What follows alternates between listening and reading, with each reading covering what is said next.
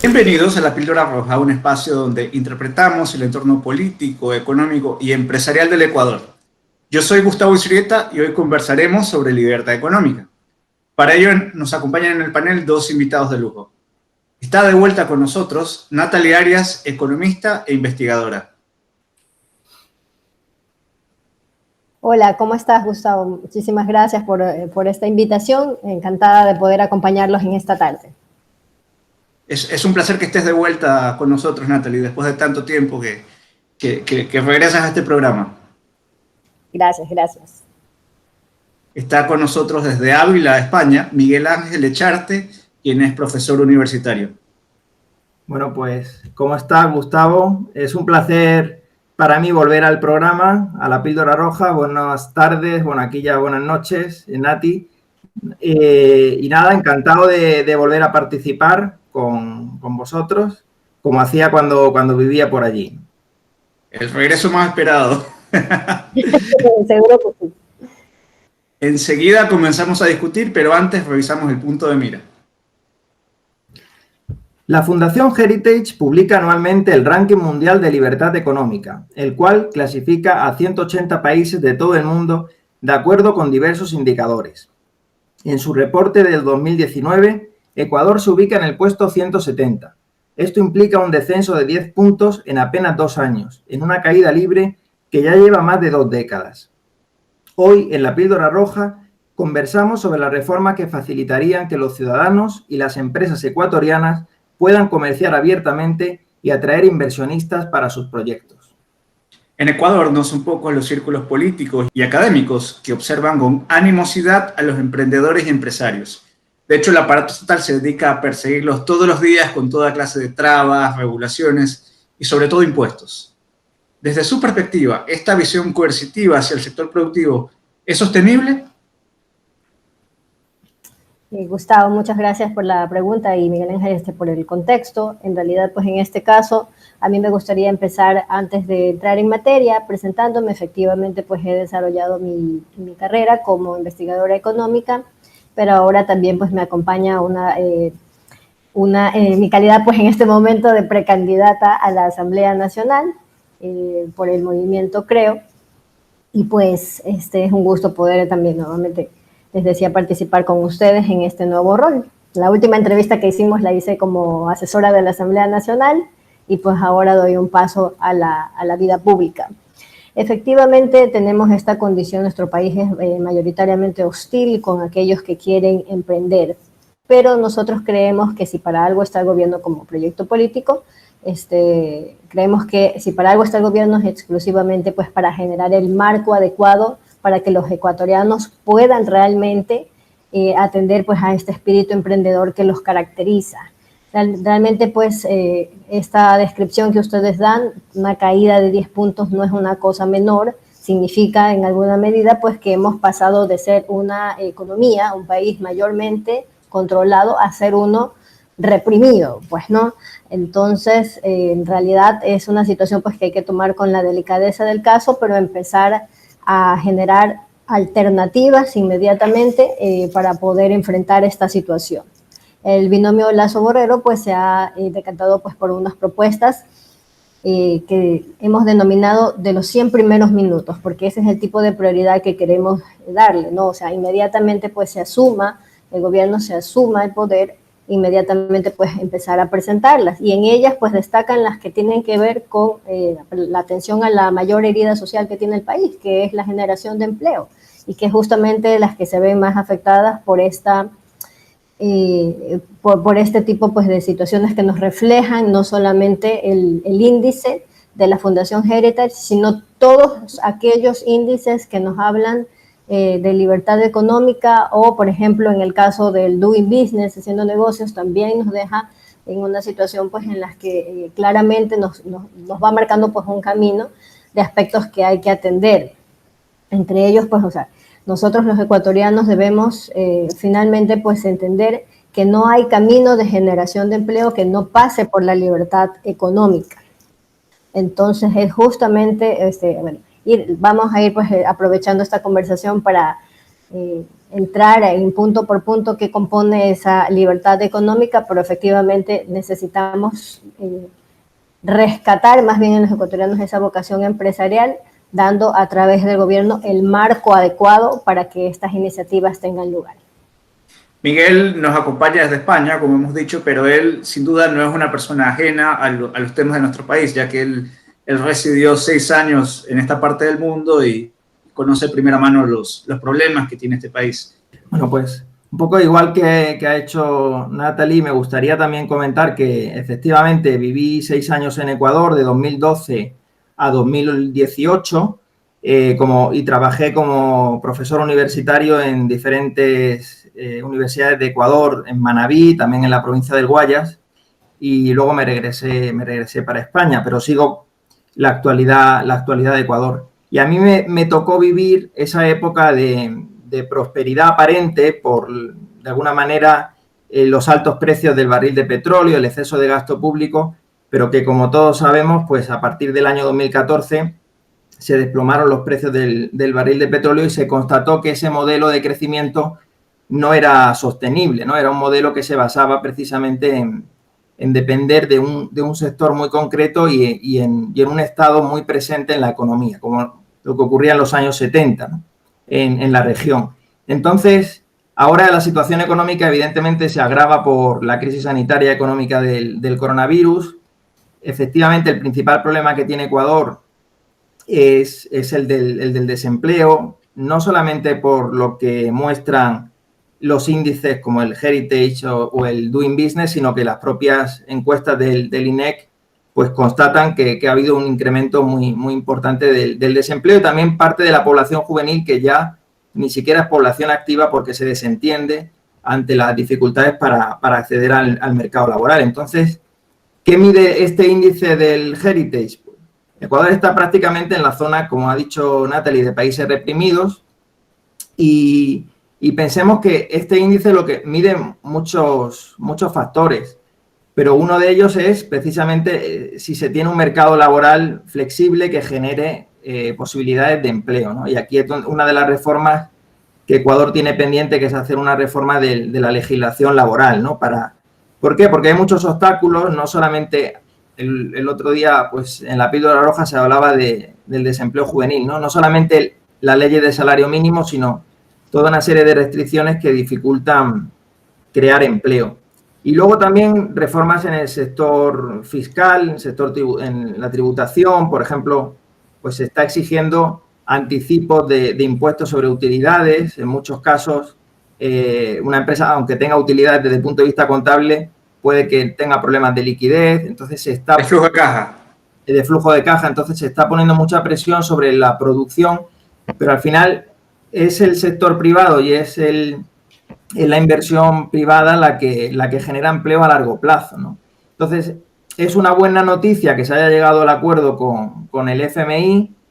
Ha bajado el riesgo país, que es lo que le cuesta al Estado financiarse, pero siguen siendo tipos de interés muy altos comparado con los de la región, ¿no? Entonces, hasta que no se hagan esas reformas, no se va a generar confianza y los tipos de interés para el sector público y para el sector privado no van a bajar. Luego hablaremos más de reformas en el sector bancario para atraer bancos internacionales, como tiene Panamá. Hay muchos factores sobre los que se puede incidir, ¿no? Yo creo para mejorar la situación, que ya de por sí es más complicada por lo que estamos viendo a nivel mundial, ¿no? Porque en España también tenemos problemas similares, aunque, hay un punto en común que sí sería interesante resaltar, y es que tanto España como Ecuador pues no tienen moneda propia, ¿no? Hemos cedido la soberanía, en el caso de España en el euro, y en el caso de Ecuador, como se sabe, pues desde el año 2000 está dolarizado, ¿no? Y eso, aunque pueda parecer ahora en estos tiempos un inconveniente, en realidad es una ventaja muy importante porque ha permitido que no se caigan en los errores que se han hecho en Venezuela y sobre todo en Argentina también, ¿no? De emitir dinero o de que el Banco Central tenga un papel muy activo, y eso lo que haría es depreciar más la moneda, etcétera. Bueno, yo creo que se puede hablar con más detalle más adelante, ¿no? Pero esa es un poco la idea. Bueno, en realidad son varias las cosas ahí que me surgen, no creo que ha habido una coincidencia en lo que está mencionando también Miguel. Hay varios aspectos que se miden en ambos índices. Me gustaría también referirme especialmente pues, a tres de los que mide el Doing Business, ¿no?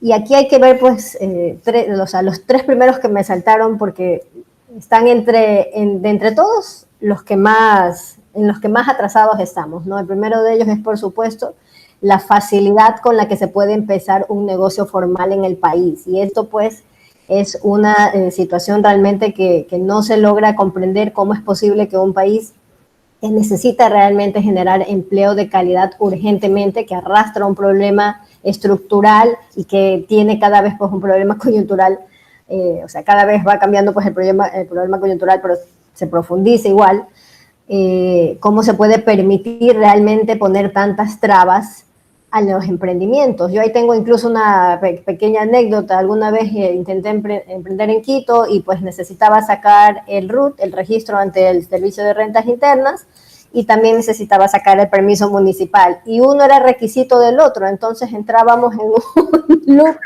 en esa situación en la que finalmente, después de muchas visitas y muchas conversaciones, logramos realmente pues que una de las dos partes se diera y tuviera pues un poco de condescendencia con quien quería, junto con dos grandes amigas en ese momento, emprender pues un negocio formal en el ámbito educativo. Entonces, esto es lamentablemente un reflejo de lo que sucede en nuestro país. Nosotros necesitamos mirar ahí hacia el líder de la región, Chile.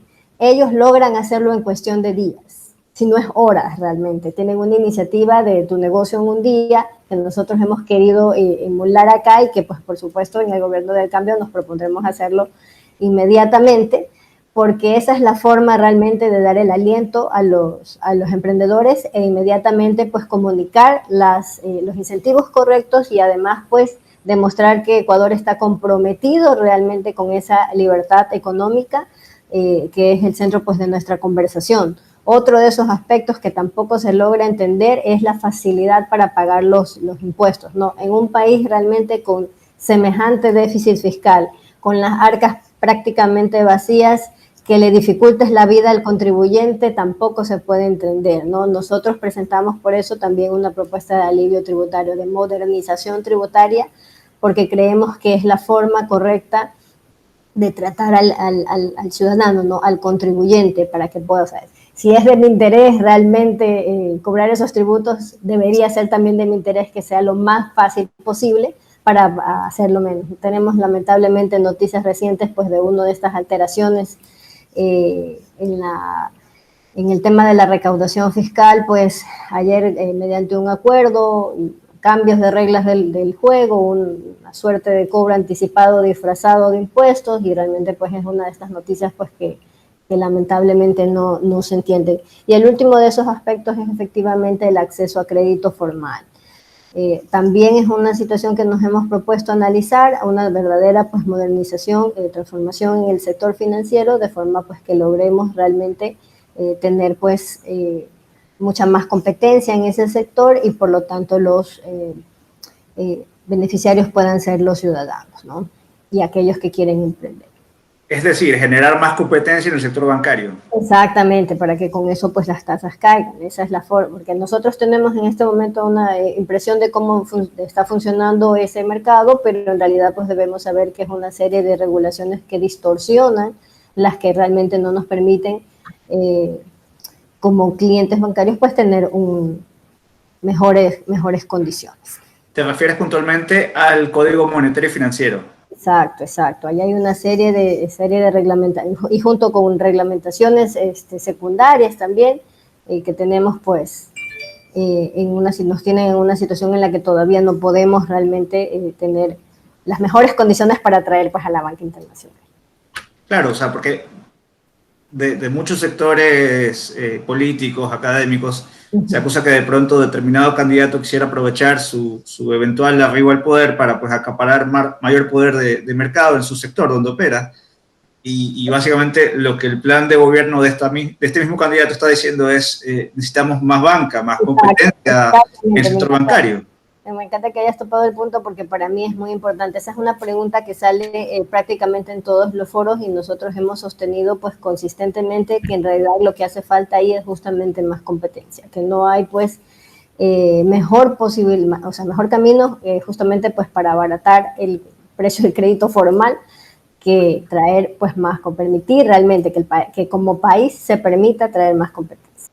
El caso de Panamá, que siempre se pone como ejemplo, yo creo que es muy ilustrativo porque realmente Panamá la reforma bancaria la hace en los años 70, es decir, que antes de los años 70 también tenía un sistema financiero bastante reducido y fue, si no recuerdo mal, Nicolás Ardito Barletta, que luego fue presidente del país y que venía de la Universidad de Chicago, el que hace una reforma para abrirse a la posibilidad de que las casas matrices de los bancos internacionales vayan a Panamá y el crédito pues circula libremente y bueno, también hay que tener en cuenta que Panamá no ha tenido impuesto a la salida de divisas ni controles de capitales, que eso también es otro tema que Ecuador tiene pendiente, pero las tasas de interés son mucho más bajas y se puede conseguir crédito a largo plazo, que eso es un factor muy importante también, ¿no?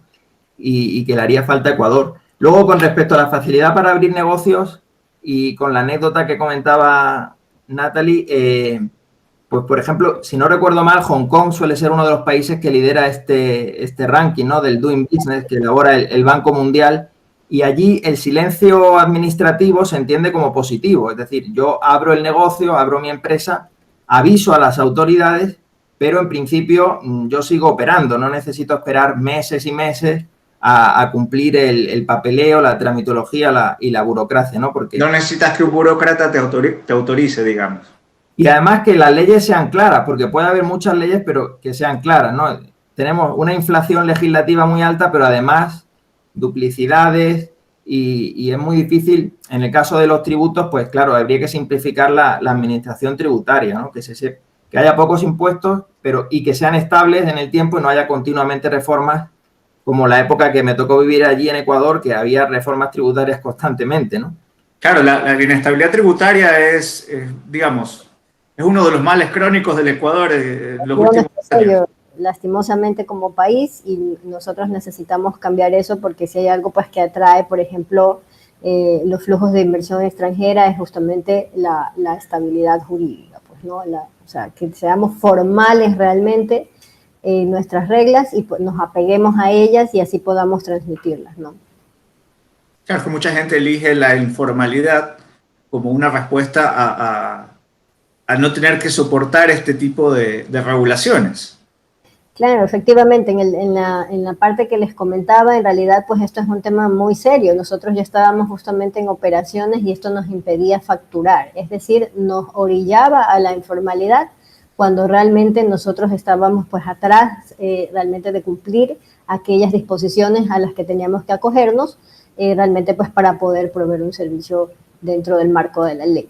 Entonces, esta es la situación que enfrentan la mayoría de los emprendedores y aquellos que quieren pues, generar empleo incluso y en eso el país definitivamente tiene que cambiar. Por eso es que nuestras propuestas van en ese sentido, las propuestas del binomio Lazo-Borrero.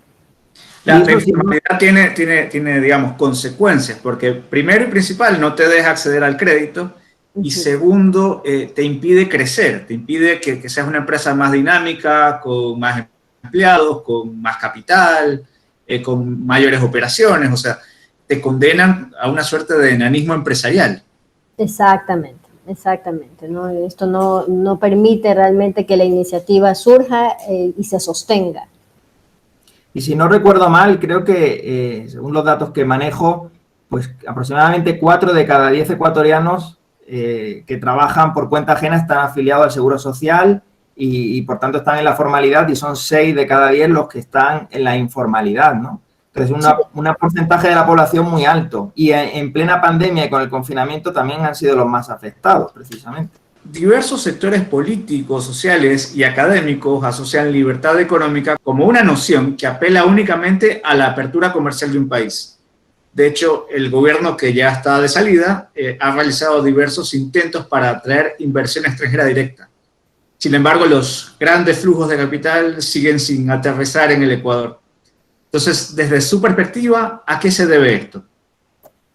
Bueno, en este punto realmente nuevamente hay que ver al líder en la región, Gustavo, porque nos preguntamos cuánto, o sea, para tener una noción, que también nuestros amigos que nos escuchan puedan tenerla, en realidad pues lo que nosotros podemos capturar como inversión extranjera directa es menos del 5% de lo que logra Chile. Entonces uno se pregunta, a ver, ¿esto qué está sucediendo? Pues no, porque en realidad si hacemos pues la más elemental pues de las relaciones con respecto a población o a disponibilidad de recursos naturales, lo más elemental que uno pueda relacionar con respecto a las economías, en realidad hay una diferencia abismal entre las dos. ¿Qué es lo que sucede? Nuevamente, que los chilenos son serios y nosotros todavía no, pero podemos serlo. Realmente podemos generar en Ecuador las condiciones que se necesitan para atraer inversión extranjera directa y que esa inversión sea la generadora de empleo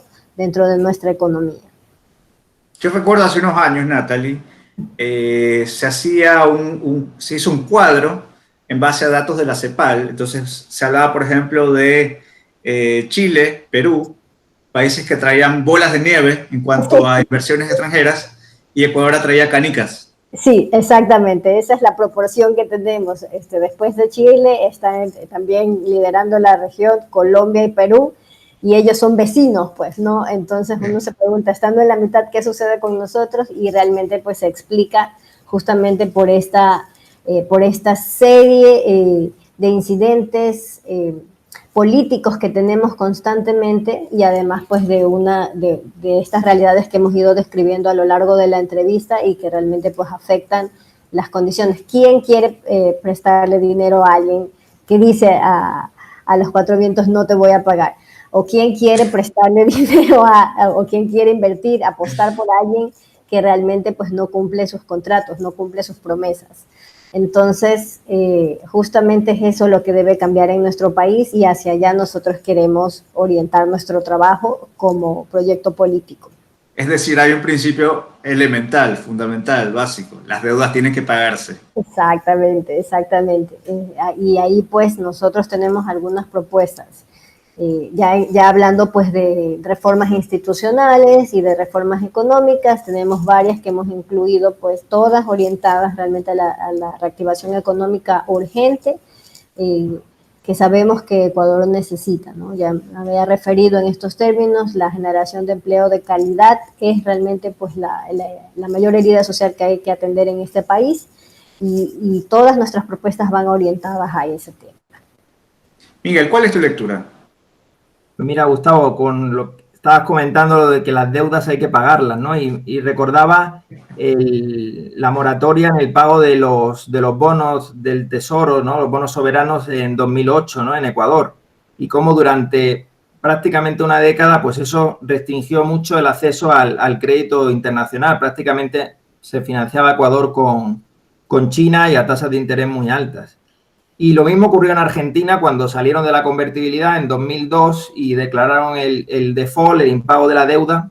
También le costó muchísimo acceder al crédito, ¿no? Y vincularse al mercado internacional. Entonces, es importante, como decía antes, el acuerdo con el FMI, aunque normalmente va asociado a cierta condicionalidad. Entonces, hay que ver qué reformas se van a adelantarse a esas reformas que pueden llegar a exigir.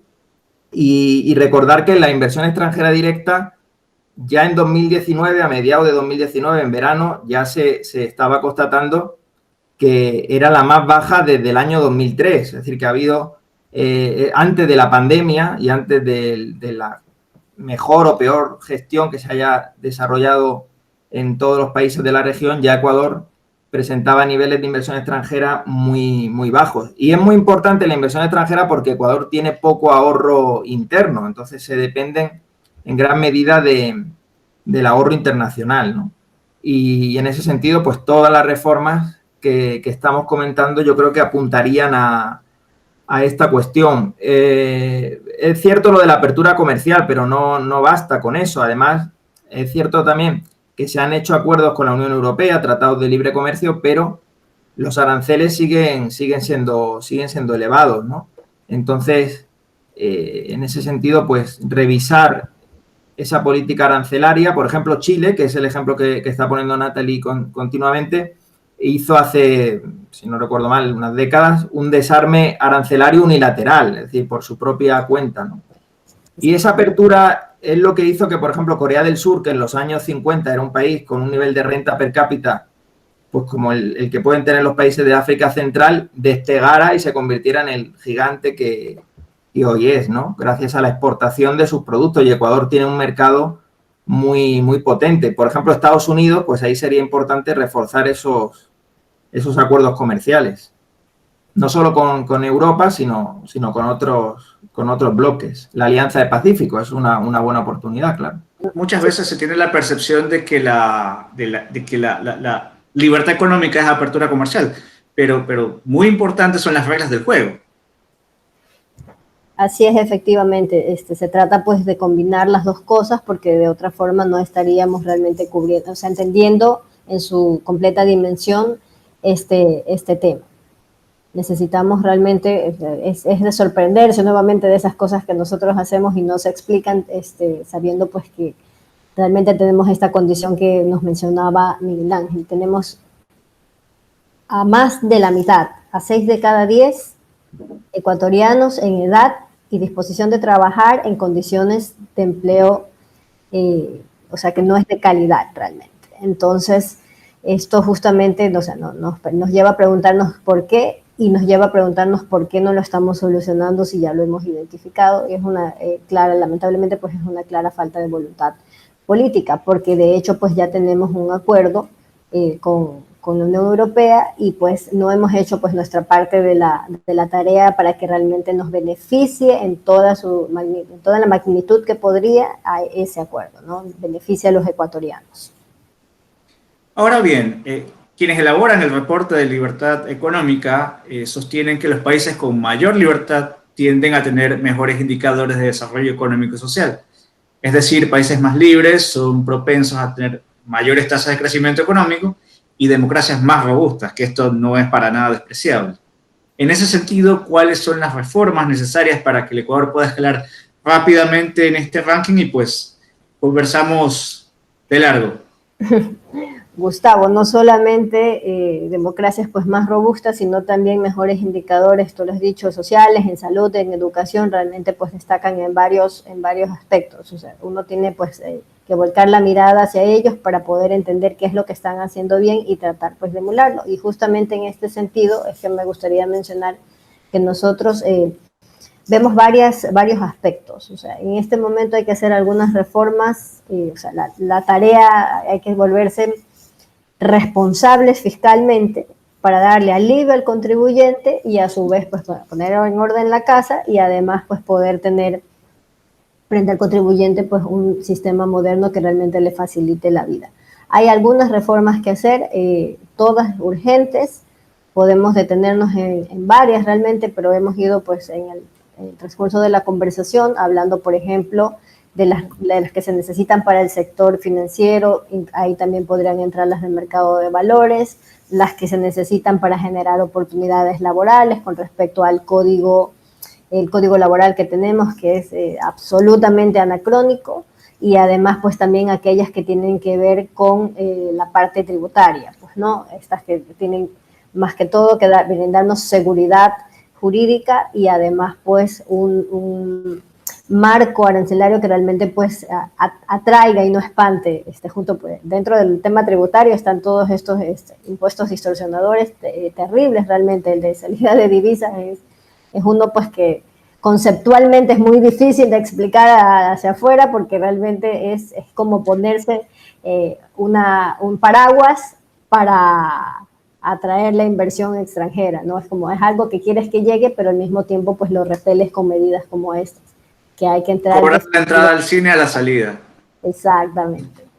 Efectivamente, hay una gran correlación entre los niveles de PIB per cápita de los países que están liderando ese ranking de libertad económica y los índices de desarrollo humano, que es otro indicador que no solo tiene en cuenta la producción que corresponde a cada habitante, sino que también tiene en cuenta el acceso a la salud, la educación y otros parámetros sociales, ¿no?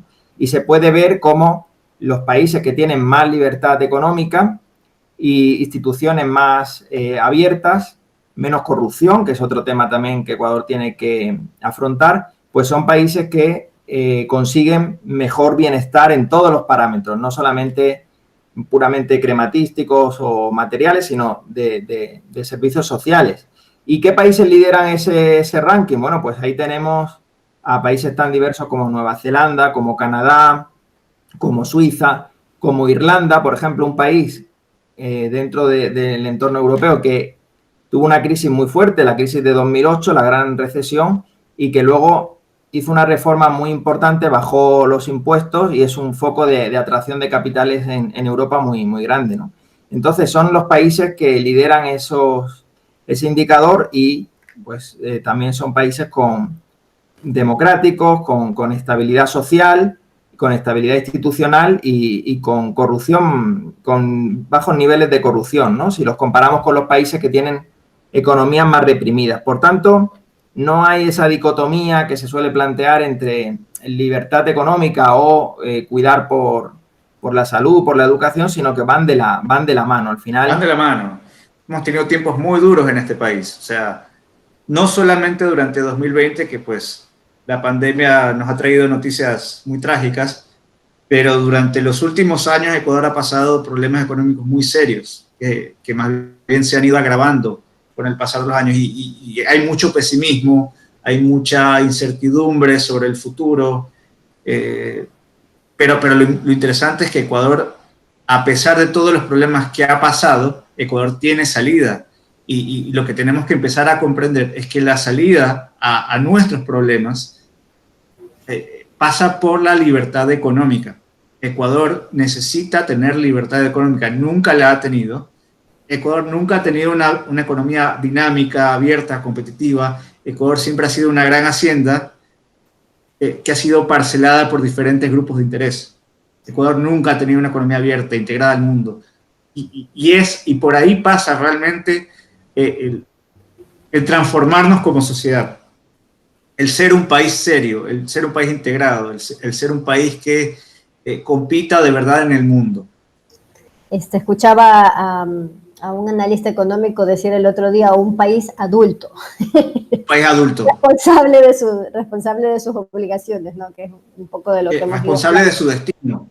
Exactamente, y hay varias cosas pues que hacer en ese sentido y realmente pues como proyecto político yo quisiera rescatar ante todo que nosotros lo tomamos muy en serio, en realidad, tomamos muy en serio el plan de trabajo, el plan de gobierno con el que nos presentamos ante los ecuatorianos en la elección del 2021, es un plan que como conocen hemos ido alimentando por años, se ha hecho desde la ciudadanía, se ha alimentado realmente con el criterio de los expertos por áreas temáticas y pues se ha ido como les decía, perfeccionando y ha sido dirigido pues desde la Fundación Ecuador Libre. Nosotros como proyecto político contamos con un tanque de pensamiento, con un centro de investigaciones dedicado realmente pues al análisis de los problemas sociales, políticos, institucionales, económicos del país y justamente pues para poder proveer de estas propuestas serias realmente bien documentadas, posibles, perfectamente factibles en lo económico, factibles en lo legal,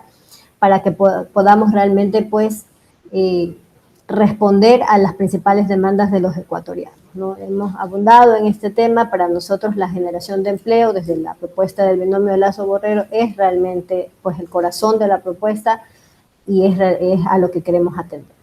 Justamente aquí me da la impresión de que aquí no hay ninguna improvisación, no hay improvisación en lo más mínimo. O sea, primero vayamos a los datos históricos. Ecuador Libre no existe hace 6 meses, hace 15 años de vida institucional. Ecuador Libre existe desde el año 2006 y Ecuador Libre ha trabajado 14 años promoviendo estas ideas. Así es, y ya propiamente en el plan pues para Guillermo Lazo desde ya hace 10 años, que es el tiempo pues que también llevo yo en este proyecto y la razón de hecho por la que me sumé pues como investigadora económica y ahora tengo pues la oportunidad de presentarme ante los ecuatorianos como una candidata a la Asamblea Nacional. Y es por eso pues que realmente puedo hablar con toda la argumentación del caso para poder sostener que realmente aquí estamos minimizando en lo absoluto la improvisación. Hablamos de los 100 primeros minutos porque realmente creemos que son los proyectos de ley urgentes en materia económica y las reformas a través de decretos y acuerdos ministeriales que pueden realmente arrancarse desde el primer minuto. Entonces, nos comprometemos realmente con eso. Venimos trabajando ya, adelantando toda la parte que se puede adelantar para poder tener frente a los ecuatorianos esa manifestación de voluntad política inmediatamente pues se asuman tanto la Asamblea como pues el gobierno central. Aquí yo no puedo mentir, no puedo decir, no puedo ocultar verdades. Justamente tú mencionas que tú tienes 10 años trabajando en este proyecto. Yo conocí a Natalie Arias, al menos tuve referencias de su trabajo cuando ella colaboraba con la Fundación del Barrio.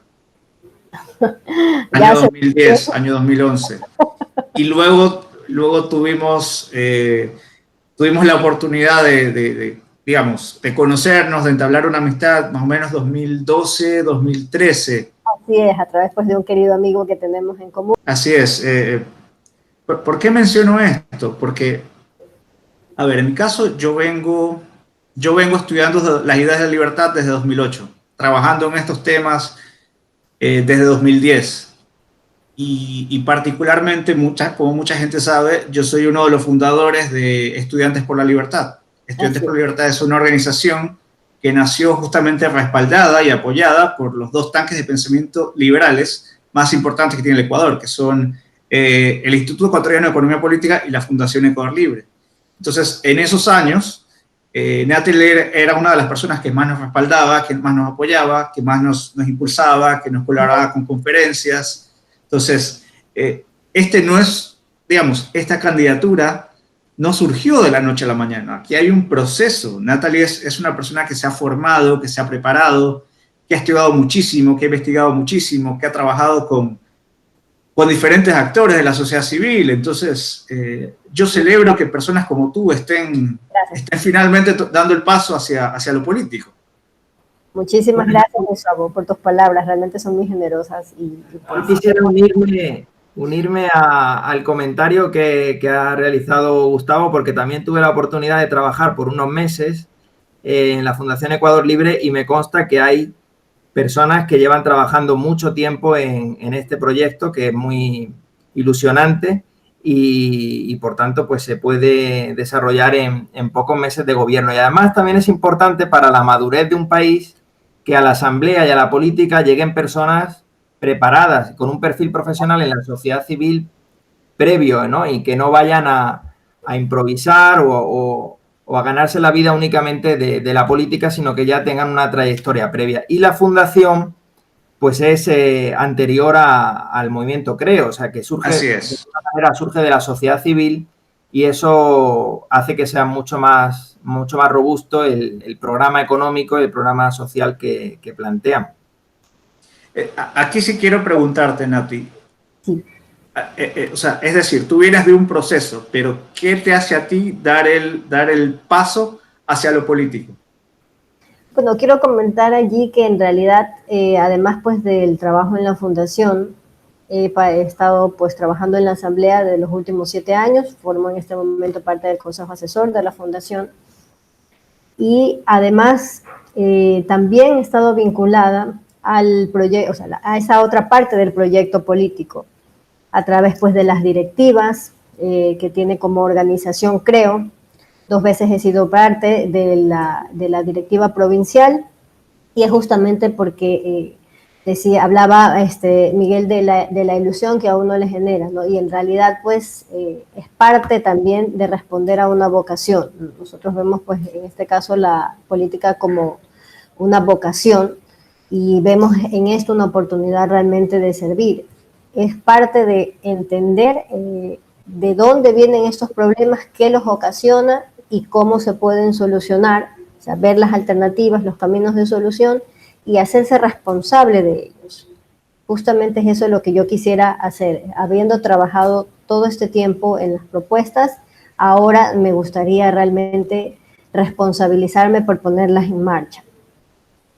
Es esto pues lo que me motiva realmente. Hay, por supuesto, nadie desconoce aquí, en realidad, lo difícil que puede ser realmente ingresar a una institución en este momento.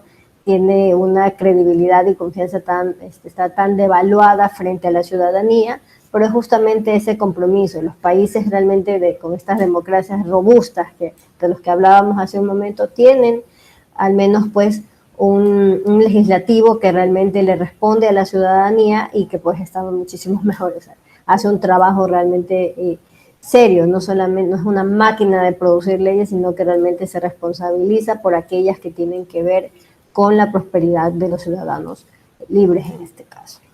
Claro que muchas veces se habla en el debate público de la reputación de la Asamblea. Tienes un importante porcentaje de asambleístas investigados por corrupción. Sí, por supuesto, ya en procesos o algunos por incluso, y lo que es realmente penoso justamente que muchos formaban parte incluso de la Comisión de Fiscalización, que quienes nos escuchan deben saber que es la de las comisiones más sensibles, obviamente, pues no, ahí se sustancian los juicios políticos.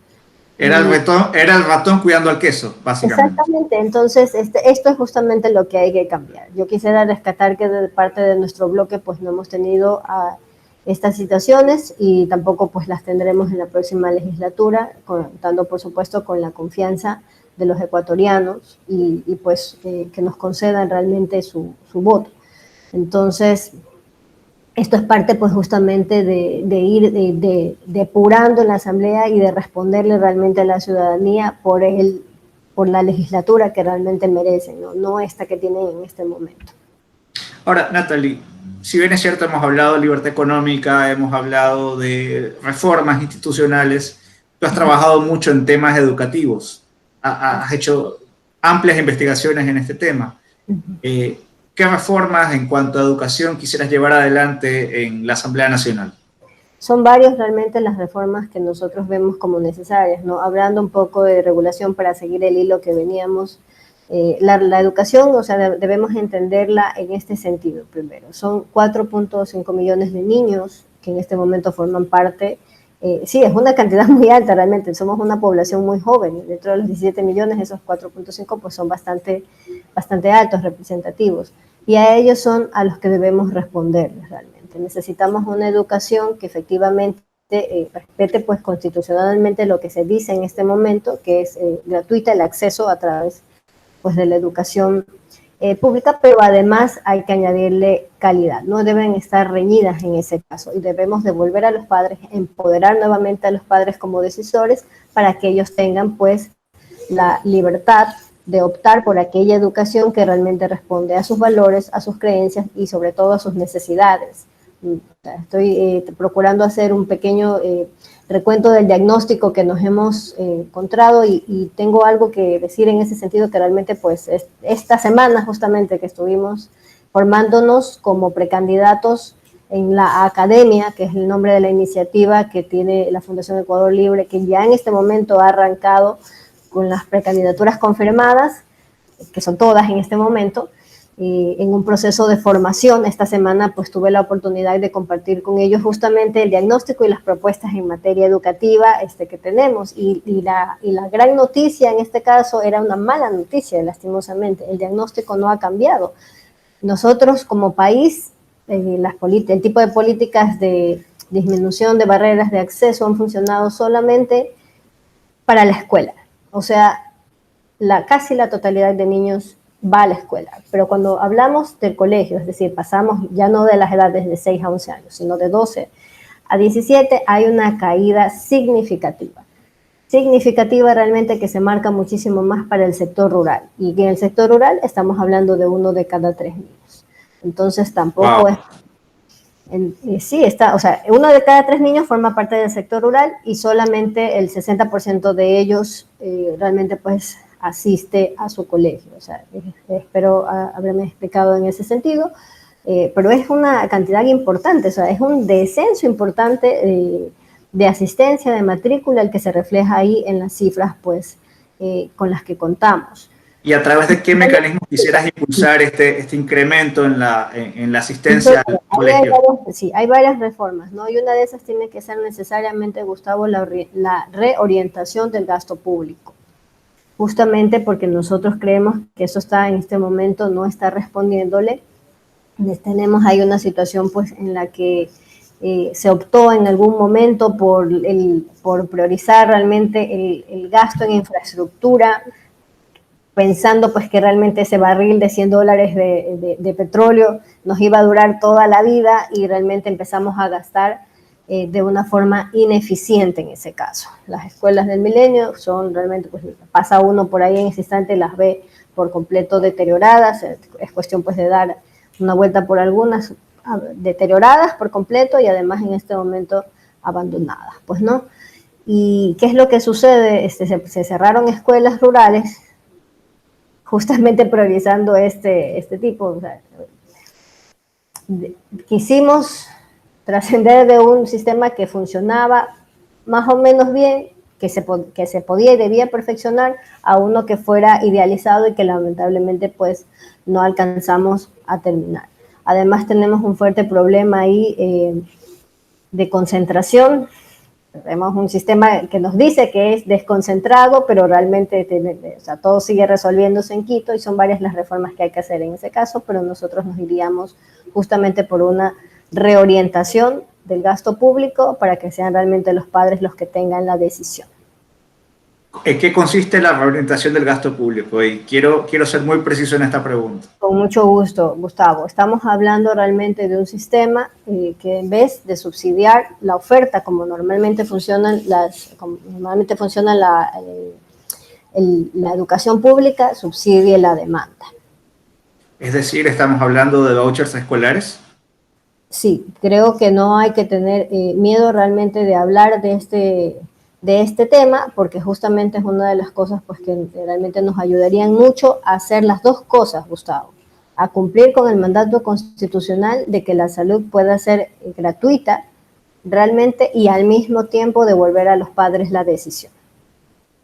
Además que tenemos en este momento, solo un último segundo, o sea, tenemos a 3 actores dentro del área educativa. Tenemos a los padres, tenemos pues al Estado y tenemos también a los estudiantes. En este caso, pues necesitamos, tenemos también al Estado junto pues con los docentes en este momento, que son quienes lo representan pues, frente al padre de familia y los estudiantes, y ellos pasan en este momento demasiado tiempo completando requisitos burocráticos que son parte pues de llenando formularios, digamos. Exactamente, cuando realmente pues su educación, o sea, su formación, la que quieren transmitir realmente a los estudiantes es una distinta, pues no tienen más que ver con criterios pedagógicos que con este llenado de formularios y tareas administrativas que les resta realmente tiempo para dedicar a quienes están, a quienes deberían, pues no, que en este caso son los niños ecuatorianos, los estudiantes. Miguel, tú eres profesor universitario actualmente en España. Cuando viviste en Ecuador, fuiste profesor universitario acá. Has investigado muchísimo sobre el impacto de la educación en la economía. Cuando te hablan de vouchers escolares, ¿qué te viene a la mente? Bueno, efectivamente he vivido desde adentro este problema. Yo sí quisiera luego quizá soltar la pregunta de cómo poder mejorar no solo la accesibilidad que ha comentado Natalie, sino la calidad. Entiendo que una reforma orientada hacia el cheque escolar va también dirigida a mejorar la calidad, pero sí hay otras opciones, porque lo que más percibe uno es efectivamente pues que llegan estudiantes a la universidad con niveles matemáticas, en comprensión lectora, pues deficientes, y efectivamente eso hay que mejorarlo, ¿no? Hay que mejorar la calidad de la educación superior, porque eso va a redundar luego en mejores posibilidades de empleo y en un futuro más próspero para todos los jóvenes de Ecuador. Y en ese sentido, bueno, pues el caso es un país desarrollado en el contexto de Europa, pero en Suecia ha sido muy exitoso el modelo de cheque escolar. Al final, como ha comentado Natalie, consistiría en entregar un cheque, un voucher a las familias. Es decir, el gasto público no tendría por qué disminuir en educación, pero en lugar de entregarlo a los centros educativos, a las universidades, pues entregarlo a las familias para que puedan elegir entre una variedad muy grande de universidades a cuál acudir. Y eso haría que las universidades también se esforzaran más por mejorar la calidad y también dar libertad, no solamente en este sentido, ¿no?, de los cheques, sino también de que cada universidad, pues, respetando unos parámetros, pero pueda plantear su propio currículum, etcétera, etcétera, ¿no? Yo creo que eso lo que haría es también dar más competencia, y la competencia pues siempre beneficia a los consumidores o a los que tienen que utilizar ese servicio. Entonces yo creo que sería un paso en la buena dirección. Incluso podría recomendar una tesis de una amiga también, creo que común, que es Tatiana, que defendió una tesis doctoral precisamente en España, hablando también de cómo mejorar la libertad educativa en Ecuador, y la publicó hace 1 año o 2 años. O sea que, me parece que Tatiana ha contribuido con el plan de gobierno que ustedes están trabajando.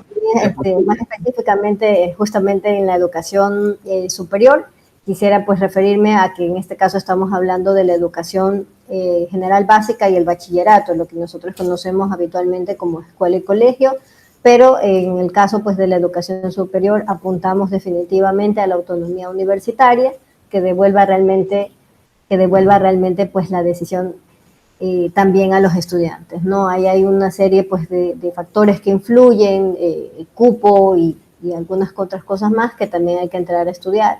Y hay un tema muy importante que topaba Miguel, o sea, hay indicadores generales que nos dan un vistazo realmente de cómo está la situación en el país en temas educativos,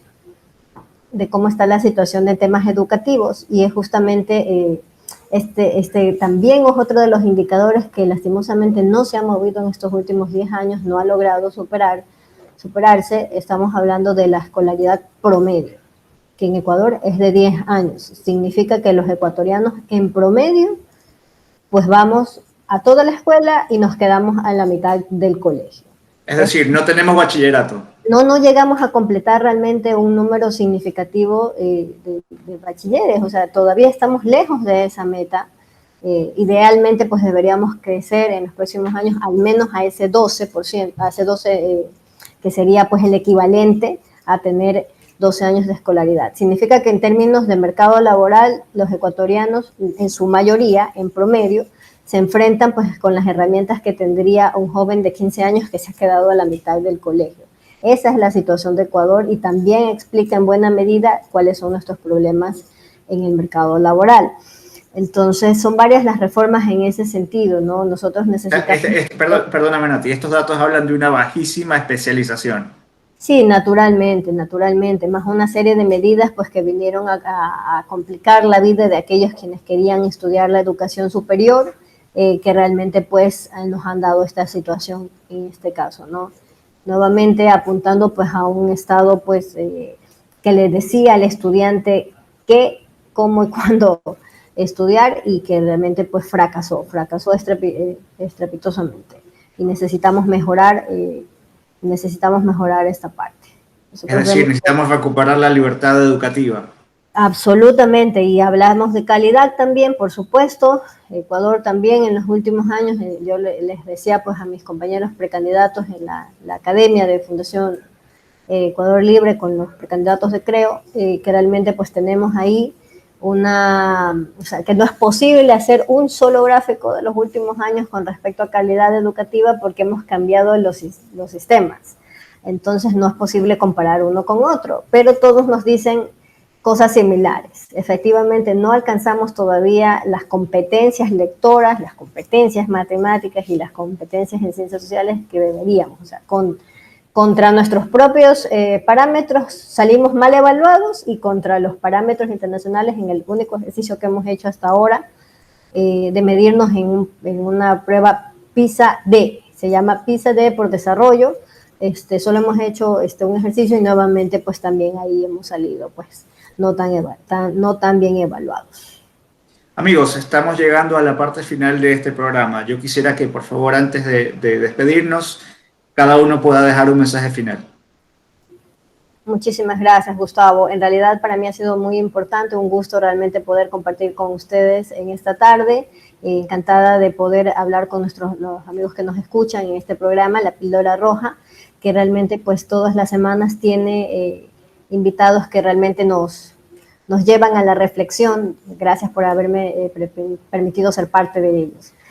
Yo quisiera dejar como último mensaje este. En realidad nuestro país necesita urgentemente reactivar su economía, atender pues la principal herida social, que es la falta de empleo de calidad, y podemos realmente tener pues las reformas, podemos llegar urgentemente a las reformas a través pues de un voto responsable en las próximas elecciones. Yo los invito pues a considerar y a optar, por supuesto, por el binomio Lazo-Borrero, junto pues con los candidatos a la Asamblea, podemos ofrecerles. Miguel. Bueno, pues muchas gracias, Gustavo, por permitirme participar y por reencontrarme con los amigos del Ecuador. Y bueno, pues yo también considero que Ecuador tiene futuro, tiene gente muy creativa, con muchas ganas de salir adelante en las peores circunstancias que ha podido sufrir el país a lo largo de la historia, y esta es una más, pero tiene futuro.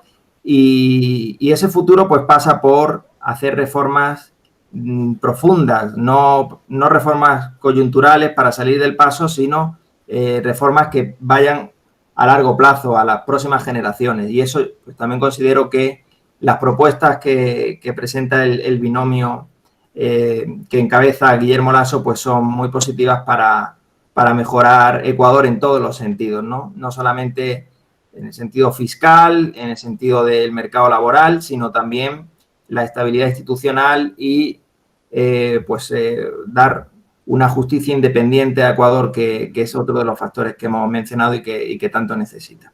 Así que gracias y nada más. La próxima ocasión pues seguimos conversando, Gustavo. Espero que me vuelvas. Lo dijimos la semana pasada y lo volvemos a sostener. Nosotros no estamos haciendo esta entrevista para que Natalie quede bien. Nosotros no estamos haciendo esta entrevista para que Natalie se luzca. Nosotros estamos haciendo esta entrevista y la traemos a Natalie porque Natalie representa nuestras ideas, las ideas que nosotros hemos promovido, en mi caso particular, hace 10 años, y las ideas que desde este espacio hemos venido promoviendo hace casi 3 años. Entonces, si Ecuador tiene salida, es a través de las ideas que propone el equipo de Natalie y la gente que la está rodeando. Muchísimas gracias. Ecuador tiene que cambiar y definitivamente tenemos que madurar como sociedad. Así que definitivamente tenemos que tomar una dirección y tenemos la posibilidad de hacerlo en pocos meses ya. Por todo lo expuesto, podemos concluir que la libertad económica hace énfasis en que cada ciudadano es dueño del producto de su trabajo y de los bienes que obtenga con el fruto de su talento y esfuerzo. Lamentablemente, este índice ubica a Ecuador como un país reprimido donde factores como la poca movilidad del trabajo, producto de leyes laborales rígidas, atentan contra la prosperidad de sus habitantes.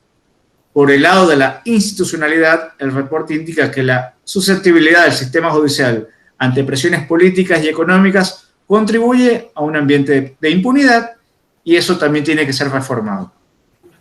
Amigos, me ha dado muchísimo gusto volverlos a ver, me ha dado muchísimo gusto conversar con ustedes. Muchas gracias por esta conversación y les mando un abrazo.